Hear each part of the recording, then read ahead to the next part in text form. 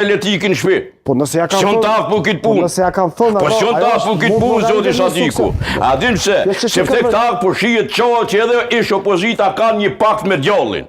Në qitë rast. Pse pakt me djallin? Absolutisht. Por arsye se mos me pos pakt me djallin, ja votojnë cilin do kandidat. Për mua cili kandidat sipas kushtetutës që i takon vetëvendosjes, për mua është okay. Mirë, ti po thu që ky takim është kot fare? Kot fare. Jo veç kot, po është edhe e cënon rendin kushtetues? Jo, rendin kushtetues.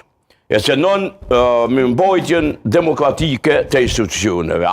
Zonja presidenti është pikërisht me mbrojtjet rend demokratik.